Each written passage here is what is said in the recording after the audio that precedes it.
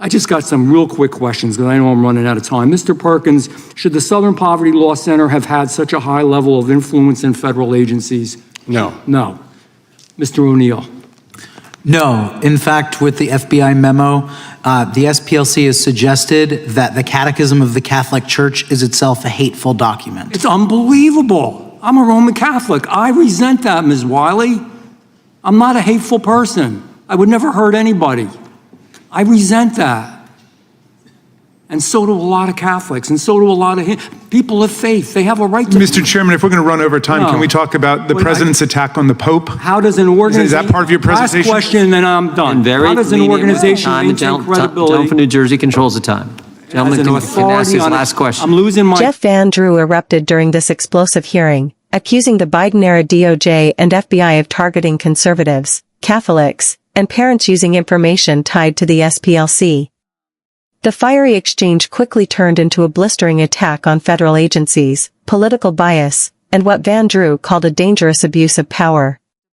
Mr. Leo thinks the hearing's ridiculous, but actually, I'm pretty sure he thinks it doesn't. Gentlelady from Georgia is recognized. Thank you so much, Mr. Chair. I have unanimous consent request. I request unanimous consent to enter into the record an article from April 15, 2026, titled Justice Department Moves to Toss Seditious Conspiracy Convictions of Oath Keepers and Proud Boys. The objection. And the second one I have is several Tennessee House Democrats stripped from committees after last week's special session. The objection. Thank you. Gentleman from New Jersey is recognized. Thank you, Chairman. I'm going to take the gentlelady from North Carolina's advice and get to what I believe is the truth here. And I'm going to get a little historic on you. Anybody ever hear of Machiavelli? Remember that when you learned that in school? You know, and you can debate the exact wording of what it means. You can debate the exact origin, but the meaning is basic and it's simple and it's as old as politics itself. If you believe, according to Machiavelli, that your cause is important enough, that it's righteous enough, that you want to obtain certain goals, that it's urgent enough, there are no rules, no morals, and no ethics. Truth becomes flexible, and there are no standards anymore. And people start telling themselves that anything is acceptable if they can win, if the outcome is important enough to them. This is about winning. This is about the left wing, I'm sorry, but it's about the left-wing Democratic Party wanting to win and using the SPLC, using each other as tools to make sure that they win elections and put out misstatements. And we have to ask, when it become part of the philosophy? Well, in the last administration, we saw a lot of things, an FBI of lies, an FBI of untruths, an FBI of injustice, an FBI that Joe Biden was willing to rely on politically tainted information, some of which came from the SPLC. Bad information. We know now that it was wrong, that it wasn't true at multiple levels. The AG told us that the greatest threat facing the entire country was domestic violent extremists. But the real threat, the great threat, a great threat to freedom, was his own Department of Justice and his own FBI back then. It was scary.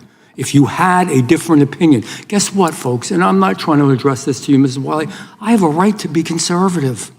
I have a right to a different viewpoint, but there's not one human being up here that supports the Ku Klux Klan. None of us like it. I bet you there's nobody in this whole damn room that supports the Ku Klux Klan. Catholics saw the clearest example of this. It was hateful. It was hurtful. They went after Roman Catholic churches. They were going to have undercover agents. Thank God we found the information. It would have been going on. They went after Hindus in my own state of New Jersey. Good, faithful, peaceful, loving people. The FBI went in with guns drawn from bad information that they got. SPLCA supplied a lot of this.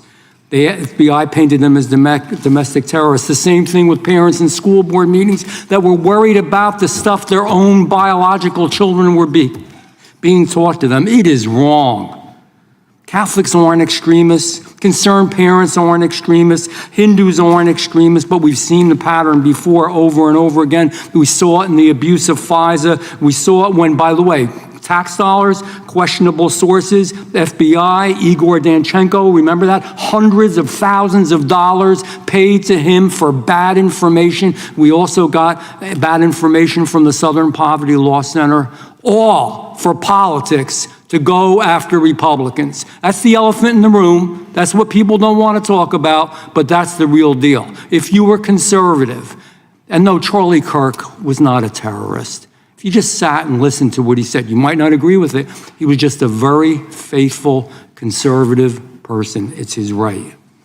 And now the worst of all of it, though, is we find the Southern Poverty Law Center is just one more tool. I think it started out good. I think they wanted to do good things. I think there are still people in there that want to do good things, but it's been used in a way that is perverse and awful to get political goals of a political party accomplished. Machiavelli through and through. It's pretty damn amazing. People donated money believing they were helping good causes, helping vulnerable people, and in the beginning they were. Nobody wants racism. Nobody up here in this room wants racism. Nobody wants to hurt anybody. Nobody wants to hate anybody. But the Southern Poverty Law Center and the work that they've done in recent times has actually caused more hate, more hurt, and more problems. They gave money to the KKK. I don't give a how you approach it, what you say about it, it's a bad thing. I just got some real quick questions because I know I'm running out of time. Mr. Perkins, should the Southern Poverty Law Center have had such a high level of influence in federal agencies? No. No. Mr. O'Neill? No. In fact, with the FBI memo, the SPLC has suggested that the Catechism of the Catholic Church is itself a hateful document. It's unbelievable. I'm a Roman Catholic. I resent that, Ms. Wiley. I'm not a hateful person. I would never hurt anybody.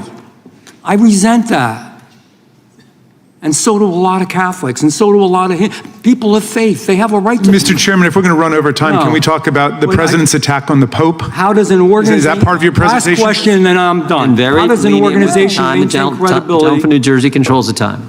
Gentleman can ask his last question. I'm losing my time here, but how does an organization maintain credibility as an authority on extremism if there's serious concerns being raised about its own extremism, its own judgment, and its own activities? Real quick, Mr. O'Neill, Mr. Perkins. And Dr. Swain, how you go? I can say that by 2009, they had already deviated and started targeting conservatives. And I would say that they were so effective at eliminating hate groups that they had to find new people to label new organizations. That's the problem. You're right. Go back to your original mission. Mr. I have a Perkins? few UCs. Okay. We'll do UCs then, I think. Mr. Chairman, point of order, just so we're clear, that was 1 minute over as we move into Ms. Balance time. We've been very lenient with the time. I just want to make sure we're doing it equally, that's all. Equal rights, that's all. Moving to UCs from Mr. Van Drew, UCs from the gentleman from Pennsylvania, and then we're actually going to go vote, and then we'll come back once votes are completed. Gentleman from New Jersey, UC. I have a UC from Moms for Liberty, and it is entitled "The Justice Department Announced Indictment Against Southern Poverty Law Center." A UC from Tyler O'Neill on 2026, Democrats beclown themselves by defending SPLC. Objection. Another one from Mr. O'Neill. However bad you think Biden's DOJ was, new documents show it was even worse. Thank you, Chairman. Gentleman yields back. Gentlelady from Pennsylvania is recognized. Thank you, Mr. Chairman. I have a unanimous consent request to introduce an article from the Hill dated September. This hearing became one of the most explosive clashes yet over the role of the Southern Poverty Law Center and its alleged influence inside federal agencies during the Biden administration. Congressman Jeff Van Drew delivered an emotional and highly charged criticism, arguing that the SPLC had evolved from an anti-hate organization into a political weapon aimed at conservatives, religious groups, and dissenting viewpoints. He framed the issue as something far larger than partisan politics, warning that government agencies relying on politically motivated information could threaten the rights of ordinary Americans. Van Drew's comments focused heavily on accusations that the FBI and Department of Justice improperly targeted groups based on ideology rather than criminal conduct. He pointed to controversies involving Catholics, parents at school board meetings, and conservative activists, arguing that many Americans were unfairly labeled extremists simply for expressing different political beliefs. His strongest emotional moment came when discussing Roman Catholics, saying he personally resented the implication that faithful Americans could be viewed as dangerous because of their religious beliefs. That portion of the hearing clearly resonated with many viewers because it shifted the debate from abstract politics to personal identity and constitutional rights. The congressman also accused the Biden-era DOJ of relying on flawed or politically tainted information. Referencing past FBI controversies and surveillance disputes, he argued there had been a broader pattern of government overreach. He repeatedly connected the SPLC to what he described as politically motivated narratives used to justify investigations and monitoring. Whether viewers agree with his conclusions or not, Van Drew's argument tapped into growing public distrust toward federal institutions and concerns about transparency and accountability inside government agencies.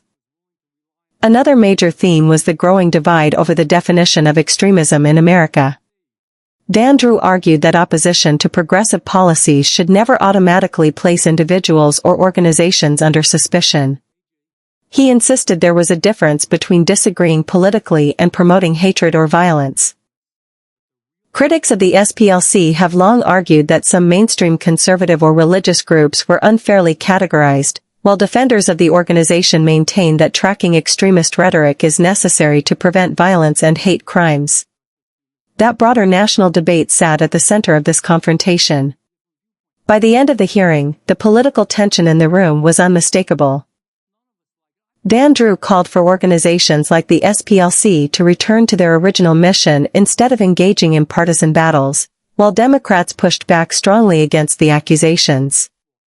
The exchange highlighted how deeply divided Washington remains over free speech, domestic extremism, and the role federal agencies should play in policing threats.